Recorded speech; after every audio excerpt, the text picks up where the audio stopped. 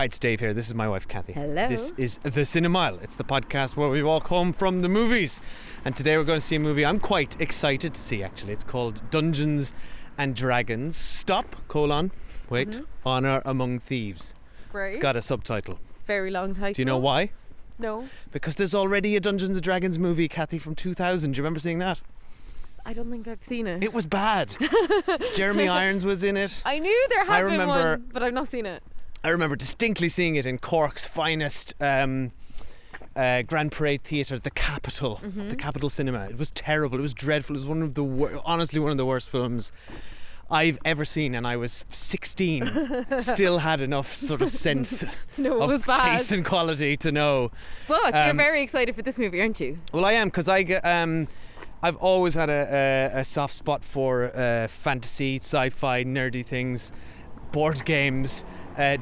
Dungeons and Dragons was always something that kind of eluded me as a nerdy teenager, and except for this bad movie, just because I didn't have the opportunity to play it. So it was always on my bucket list because I just didn't have nerdy enough friends. I didn't know where these American Stranger Things people were hanging out, where you could sit in someone's basement and roll dice. It always looked very exciting to me. But I finally, like a lot of people, did it in the pandemic because we were all losing our minds and it seemed like a thing you could do. And by extension, I started playing Dungeons and Dragons in the pandemic. That's true because I'm a nice wife. Because I just basically was trapped in a house with Kathy and her sister. And I said, guys, we're doing this. You're like, this is my moment. But Anyway, I really enjoyed it in the pandemic when we played it, but haven't played it since. But you've kind of kept it up. I've been playing a lot of, as they say, tabletop role-playing games. I think it's a fantastic hobby. I love it. I think two things have happened to make this movie be commissioned. Go. Pandemic Yes. and Stranger Things. Two things you've just mentioned. Yes. Like Dungeons and Dragons is massive again. It's always been big and it's always been around, but There's it's a third really in thing. the zeitgeist. Yeah, Stranger Things really put it into sort of popular culture, but also the other one was Critical Role, which is a very good live action Dungeons and Dragons game that's been going for years and streams on Twitch and is the biggest show on Twitch in terms of viewership, and it's very, very good. And so that made it sort of that's a kind of a gateway drug. Accessible, yeah. To Dungeons and Dragons. But yeah, I've got a lot of time for it. I've read all the books and the manuals in the past couple of years, so I'm kind of steeped in the world. I'm kind of excited. And the trailers for this look good. Chris Pine's in it. Michelle Rodriguez. Not caught a trailer, but I do like those two. Well, here's not the under thing. my radar, this movie, but I'm happy to see it. Here's the thing I think you'll be most excited for. The directors of this movie are the directors of a really, I think, underrated comedy from a few years ago called Game Night. Oh my gosh! Do you remember that with Rachel I love McAdams and Game Jason Night. Bateman? It's a great Very movie. funny film. Go check that out. Okay. So that's good. I think this has potential as a sort of a fun comedy actiony romp, which is what the trailers seem to be pitching it as. So Okay, well I hope so, but I'm keeping my expectations low, and I look forward mine to are seeing the what's in sky there. high. Yeah, So one of us needs to be cool-headed going into this film. All right. We'll see you on the other side. see you soon. We're thieves, but we help the wrong person steal the wrong thing and unleash the greatest evil the world has ever known. The Red Wizards created an army of the undead. Sounds lovely. Quite the opposite. I know, I was being ironic. I find irony is a blade that cuts he who wields it most especially. You're not a lot of fun, are you? How are we gonna pull this off? We're gonna need a team.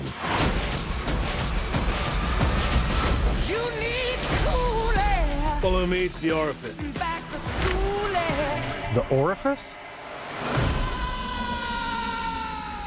I'll go last. Right, we're back. We've seen Dungeons and Dragons. We've rolled the dice, as they say. Do you like that? Yeah. If it's your first time here at the Cinemile, this is the bit where we don't spoil the movie. We're going to tell you whether you should see it or not. And then later, we will spoil the movie at the appropriate time, which is at Spoiler Street, of course. With a warning. Yes, you will be warned. But for now, Kathy, what did you think of that movie? I had such a fun time, and I found it both fun and funny. Actually, really funny. Probably the most I've laughed in ages at cinema. We had a absolute. So fun. We were laughing out loud. And It like was we so were funny. talking about the last movie we watched, which was last week, Murder Mystery 2, which is kind of nominally a comedy. But like, This is much funnier. this is a full-on comedy. Yeah. That genre, right? I would call it a comedy, and then it happens to be in a fantasy world. I actually wouldn't lead with fantasy probably as a genre, and because fantasy to me evokes something quite po-faced usually. And I say that as a big lover of fantasy. Like it's my favourite book genre probably. But it tends to be po-faced when it's on screen. Your nerd credentials often get overshadowed by mine. Kathy like soaks up Raymond E. Feist and what was Terry Good Kind, or what was the too many to talk Pug and about all here. those. You love all that stuff. Anyway, but they're often very serious, and this is really funny. So if you're looking for a comedy, watch this. Don't watch Murder Mystery. Some of our listeners had messaged saying that they had found Murder Mystery to be like a really good family film, which I totally get, but this would completely eclipse that. Yeah, like if you have kids over the age of like 9, 10, yeah, I'd 9, be bringing 10, them to 11, this 12. film, Although yeah. I gotta say, it's a 12A, so it is suitable age rating. But there are some intense moments in this. I thought particularly one or two jump scares. Yeah, one There's or two a few jump scary scares, bits. a few curses, but Chris Pine is always utterly charming, and that continues in this film. He's an absolutely brilliant comedic actor. I love Michelle Rodriguez. And Yes. she's not often in a starring role, which I would say she's here. It's definitely like their co-stars. I don't know that I've ever seen her. Don't see much of her these that years. prominently. Either. I haven't seen her in years. Well, she's in Fast and the Furious. Oh, the Fast and But there's like God, 1,000 people. which in we those saw a movies. trailer of. Look, it looks and, so bad. and the word family was spoken a record number of times for a 2-minute trailer. I but couldn't believe it. She's brilliant in this. The rest of the cast is really great. And do you know what it is as well? And like I've obviously played like one Dungeons and Dragons campaign, as they say, with you. And like what it is always just like people creating stories in different scenarios and there's constant obstacles and stuff. Fair play to this film. There's like constant things to overcome, constant obstacles, but never in a way where I was as a viewer like, oh come on, just get to the end. I never felt like that, even though it's a long enough film. And like my primary emotion leaving it was just like, I feel happy. I'm really glad I watched it, and it was like I wasn't expecting it to be bad or anything, but it was way better than I was expecting. But the fact that you said they directed Game Night, that kind of explains the comedy level being that good and that funny. So Dave, what did you think about it? I loved it. You have a massive smile on your face. I really Dave's had a beaming. blast. If I anyone's wondering what Dave looks like, he's beaming I with joy. honestly thought it was just an absolute hoot. It was great fun. I kind of enjoyed all the characters. I cared about them. I was invested in the plot. That's good, yeah. Hugh Hugh Grant, we forgot to say he's Hugh brilliant Grant, in it. everyone is just having a good time here. Yeah, the Duke from Bridgerton season 1. Oh, of course. he stole the show, which Yeah, I he's did not brilliant, see yeah. coming at all. He's such a funny actor, which you would Absolutely not know stole from the show. watching Bridgerton. And also, so I didn't get any of the name places, any of the references. Was that all ticking away for you nicely? Yeah, All the I mean, kind of lore-y stuff. that's the thing. Was I that think. working? Yeah. I mean, look, it's working in that they say the names of things I've heard of. So I mean, like that's not necessarily that satisfying. But it's certainly if you're I'm relatively new to the whole D&D thing. And Oh, sorry, you call it D&D, do you? that's what we say in the industry, Right, in the biz. okay, yeah. You know. Very cool. But it's one of the sexiest things about you, really, since you took up D&D. but I certainly When you read those there's loads of- manuals, so I read them in bed. I'm like, Kathy's like embarrassed by me sitting reading a monster manual. But certainly there was a lot of the monsters from the monster manual showed oh, up cool. in this. Oh, the creatures were class. I yeah. really enjoyed the creatures, and the music was really good. Yeah, that's Lorne Balfe. Absolutely is- a fantastic composer. He did his Dark Materials, amongst other things. Right, yeah, it was very good. Really music good anyway. composer, yeah. There's one particular punchy piece. There was one particular sequence. It's a character who can turn into lots of different animals, and that it was like an escape sequence of we'll talk about it in Spoiler changeling. Street, That but was that so cool. that was a highlight. That was absolute highlight for me as well. So the Chris thing- Pine, though, he's so lovable, isn't he? He is really committed to this, and he is very charming and very good. I'll say we've spoken about the comedy, slam dunk comedy directors. You'd expect as much good comedy directors, but But I don't as you expect as said, much because most comedies aren't funny. well, this is the thing. It's funnier than most comedies. It's not even that pitched as a big comedy. But I will also say what I appreciate about this film is that it also works as a sort of a fantasy world, as a heist movie. You know, Yeah. it's Honor Among Thieves. It's very much a heist movie. All the machinations of the sort of heist stuff I thought were fantastic. They Yeah. used they used the magic spells very effectively in the magic items. They And it work them reminded into the me of plot. when we played and I kept trying to magic things and you're like, no, you need to like roll the dice and like you can't just make magic work all the time. Exactly. really There's a well lot of cover that. jokes about Yeah. that. Like, you can't just solve everything with magic. It's not that easy. There are Do you limitations. remember when the game we used to play was me, Dave, my mom and 2 of my sisters on Zoom, and it was really fun. And remember you, Dave, had this whole like plan, I guess, which is what the Chris Pine character is, of like these things we needed to hit, but then we'd have to like roll the dice and play.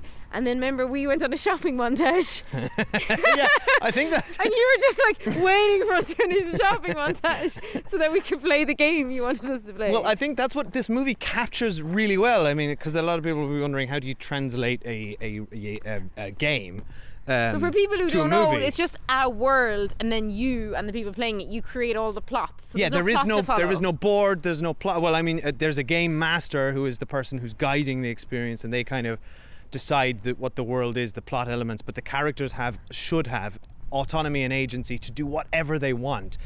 And I think this movie captures that so well, because you have these 4 characters who are nominally the players in the game, who are constantly reacting to the situation in front of them by improvising or just making up mad plans. And that, to me, in the games I've played of Dungeons & Dragons, is the fun of that game, because you are just coming up with like, well, what if we did this? And it's like, that doesn't work because you rolled the dice and you failed, so we got to try something else. And I thought they captured that beautifully, that feeling of improvisation and of fun. And that's what the 2000 film was lacking. It was just very po-faced and serious and into the lore and had no money or budget, so it just looked shit and was a bore. Whereas this very much captures without, and I think it does the fun and the funniness. That's the other thing. The Dungeons & Dragons is just fun because it's a group of friends or family hanging out and just making jokes and kind of undercutting the seriousness of it all. But a good Dungeons & Dragons game will sort of have a good enough story to keep you invested in the motive and the plots, or why you're doing what. And I think this movie also does a good job of not making the stakes feel small or trivial. And it had a good villain. It had good motivations for all the characters. So and I think I thought it was in terms a of slam payoff, dunk. I loved Dave it. and I are both softies for anyone who listens, but like we were both crying at the end. So Yeah, it and actually look, has a really good emotional arc. Some as of those well. beats are a little predictable, and I've seen them Yeah, before, but they're effective. I mean, yeah, we were crying. yeah, sure. So a lot of emotions, really. I don't want to oversell. It's not like a beautiful emotional thing, but certainly, I would say it, one it of hits the, those familiar notes effectively. It's hard when you like say I love fantasy reading it, right? But like as I said, it's not on screen that often, really, in any way, kind of well done. And it's often very kind of cheap TV shows from the 90s or something. But when you do watch something like this, you just cannot but help compared to Lord of the Rings. And there's some of the landscape scenery, particularly because we watched Rings of Power last year and like covered it on our Patreon and watched it really intensely. Some of the landscape scenes, I was like, pure CGI, looks like dog shit after Yeah. watching Lord of the Rings. And the world, one thing about it in terms of the budget, and I know it had a huge budget anyway, but What, the Rings world of Power or this? At this. Yeah. I mean, Rings of Power, we know what a huge budget, but this, like, obviously relatively to that was very cheap. But this, the world felt very unpopulated, so there was actually, most often our characters weren't with anyone else. It didn't have that feel of the Peter Jacksons where there's just, half of New Zealand was employed as extras at one point or another. Yeah. It definitely, it can't help but be compared. The other thing it was giving me was a bit of Goblet of Fire. Yeah. I know, some of I got bits of that. But here's what I'll say though. I think when you compare it to the Marvel films, there's a lot of CG stuff in this. Oh, I and a was lot of the comparing it volumes. to a Quantumania Yeah, bit of it. exactly. And it looks so much think of better than that. There were moments where they clearly are at a real place. They Mm-hmm. shot in a woods. They shot next to a hill. And that honestly just makes such a difference. Yeah. And I know Ant-Man Bit of can't it where go it to could the have been- quantum realm, but like, Yeah, give but us a bit of this something. Give has us something tactile. Like with the place they were with the Duke from Bridgerton could have been like Quantumania. Yeah. But it looked 1,000 times better. And and by Quantumania I mean Ant-Man, the most recent Marvel film, for anyone who hasn't Which watched we've it. just been shitting on ever since. Because honestly, it that's also- that's a franchise. If that was the Goliath of a current mainstream cinema entertainment, And that's fantasy it as is. well. It's in the same realm. This is Marvel. This 20 is times this is better. 20 times Yeah. better than anything Marvel's putting And out also, these days. Ant-Man was very unfunny for what it should be when Ant-Man's supposed to be like one of Yeah. the biggest comedic characters. Whereas this is like belly laugh. Like there wasn't that many people on the screen, but No, everyone they was just laughing. nailed the comic timing. Yeah. There are. Yeah, and let's get to spoilers. Let's Yeah, talk let's about go to some of the spoilers. funny stuff because we. So spoilers now for Dungeons and Dragons. All right. So I mean, look, the real.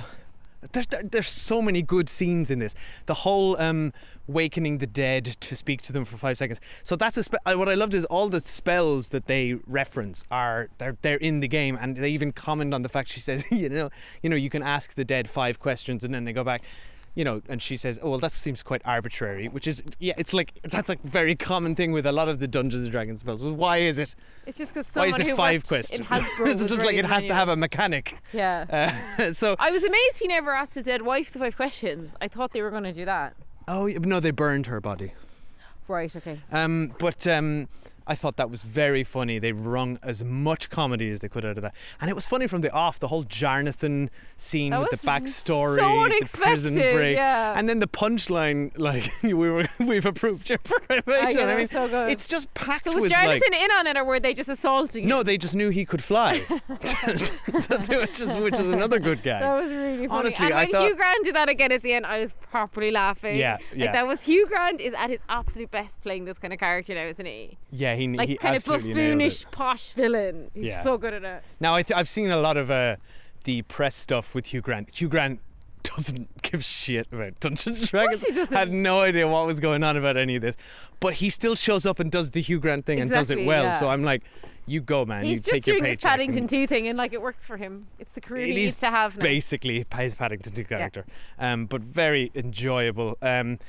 But yes, the guy from Bridgerton, whose name I don't know. Do you know that actor's name? My God, he stole the show Is it from like me. Reggae Jean Page? No, I'm butchering Oh, it. sorry. Anyway, Sorry I don't to know him. his name. The, but he's brilliant. He's the guy everyone wants to be the next Bond, and I think he'd be brilliant. Oh, I could see Yeah, that. I think he'd be Yeah. really But good. he's yeah, he was He's like so funny. but he skewered the fantasy archetype of the paladin noble character very effectively, Yeah. which but I he's think also he's a brilliant actor, but it was just so well written, and the stuff with him and Chris Pine was so funny when Chris Pine was Yeah. like "Can someone else right next to him," because often with Chris Pine, and it's not his fault again, it's like how these characters are written that he plays. He can often be a bit too quippy and a bit annoying. Yeah. And this film like perfectly balanced that, I thought, and I think at it was the a shame end- when he left the screen, but he was also, the joke was he was so accomplished at He was too everything. good for them. He couldn't be there. Yeah, but I just like at the end when with Michelle Rodriguez and bringing her back to life because he. 'cause Well, he I had mean, made that- a I saw comment that earlier. coming a mile He off. made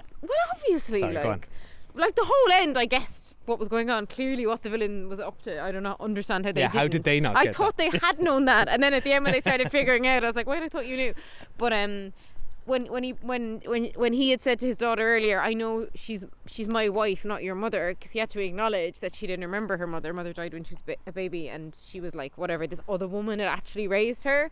And when he That had was that sweet, moment when he yeah. realised He was doing it for him, he did not it for for his her. daughter, yeah, Yeah. and I thought that was really emotional. But all the heist stuff where they used the hither-thither stick, which Oh, is class, that was very clever. that I they thought, did that to like break into the vault. but It was all so that, clever. but I love that they thought through the moment to moment, like how would you get, first of all, so clever to put one of the portals in a picture, but how would you get that picture into a carriage that's moving? Yeah. You'd have to stick it underneath, then you've got to hammer out like the bottom of the carriage, then someone has to go in, pick the picture up, put it in, like, and I thought that was very good, fantastic. yeah, really and then I love just the simple challenges and roadblocks which they kept putting in front of them, like a good game master would, which is like, oh sorry, you rolled a natural one, so now the portrait is facing down Yeah, on that the was ground. So fun. I'm like, that's And what they're like, that's who would put a portrait facing down? So- But it's also like it's a load of guards guarding a prison. They don't care. Like, it just felt like luck was often against them, which is again what a good game of Dungeons and Dragons should do. and what about I thought the witch character was actually Oh, she was really scary. She did a yeah. great job, that I actor. think 3 times in this movie I actually kind of jumped and shouted, which I wasn't expecting. That moment where she like points at the one you referenced earlier, that scene where the druid character is like shifting shape, and it's like all one, looks like one take. But that's the moment where she points. She like says silence. You know, there's someone else here, and she points, and it's almost like she's pointing at the screen. Yeah, it's almost really like broke the scary. fourth wall. Also, I love that her disguise is only to dye her cape from red to black, and no one understands what's up. I know, yeah. They're like, oh, she's just a Foolproof. bit of a scary witch. She's wearing a hat. I also love the story of the young magician guy kind of coming into his own. Yeah, everyone kind of got their little arc, Yeah. didn't they? Except Well, like the druid. I thought the she druid was a didn't- little underserved. She had the coolest, badass moments, but she didn't really get much of a plot or a story arc, really. Yeah, her story arc, I guess, is that she learns to trust humans a bit. But it's like, Yeah, should it's they be not- trusted? there's not much to that. Don't know that she's going to benefit much from that. Nah, but actually she's she a had great no- actor. she She seems was to have in no friends. It and Sharp Objects. Do you remember? Yeah, I forget the actor's name, she's but really good. I Yeah. thought the cast were all Yeah, cast was really top-notch. good. I'd watch another movie with all of them. Honestly, it's become my expectation for these sorts of big budget, family friendly movies are just so low now because of the recent Marvel output, and I shouldn't be lumping them together. And But this is you can't the- help yourself, and this is just like, oh lads, this is what you should be doing. But this has the freshness that Guardians of the Galaxy had Yeah. 10 years ago when it came out. That I same think this sort also of. has a lot of freshness in that, unlike Marvel, where they're, you know, potentially tethered to certain storylines, there's actually no firm plot to this. You just have the settings, and then you can write whatever you want. Yeah, that's and the that problem. gives a lot of Marvel creative is freedom. just so like tied down Yeah. with its own lore now. So this does have that as well, but it's often at the end of these movies I'd be like, oh, I wouldn't be interested in watching those characters again, but I actually would watch this again, Yeah. just for the fun. It's and a I big think, world. like, You when could I- do lots in it with these often people. with these kind of throwaway movies as well, I'd be like, oh, I'll never watch it again. But when our kids are older, I actually will watch. I was this thinking with the them. same. I was think thinking they'd if our really like kids it. were 10 or 11, yeah, they'd get a kick yeah, out of it'd be this. really good. Yeah. So Dave, I'm happy for you. You look pleased. Oh, thanks. I had a great night out at the cinema. Bit longer Right. than what we'd usually recommend. 2 hours 15 minutes pushing Come it. on, that's fine. But For a fantasy carried action its length. comedy, It carried its 2:15 is totally Yeah, appropriate. it worked. Yeah. Just about. There was a moment where I was like, when is it ending? And then it started wrapping up. So let us know what you thought. Email us on thecinemile@gmail.com, or come over to @thecinemile on Twitter, Letterboxd, or Instagram, or come over to patreon.com/thecinemile, where we watch retro movies. This month we're watching a favourite comfort movie Yeah. voted for by our patrons, and we're also, of course, doing Poll weekly- might be up. Will we see what's winning the poll? weekly We do it Succession live. episodes. You guys are voting on which Yeah. to watch. So Midnight Run is ahead of the vote at the moment, 29%, with The Truman Show closely following at 25%. Or Legally Blonde at Legally Blonde. 22. Ooh, Oh, yeah. so it's a three-way Yeah. race. I wanna Legally see all Blonde, those. Midnight Run, or The Truman Show. I've never seen Midnight Run, neither of you. No. So So looking forward to that. But that's anyway, come on. patreon.com/thecinema. Yeah, so monthly retro movie reviews, weekly Succession TV reviews, and of course we're about to talk about Love is Blind season 4, our Yeah, which current is- obsession. It's just brilliant. Just so good. Okay. Anyway, Bye. See you, bye. The bridge is protected by an ancient trap. We must not trigger the mechanism.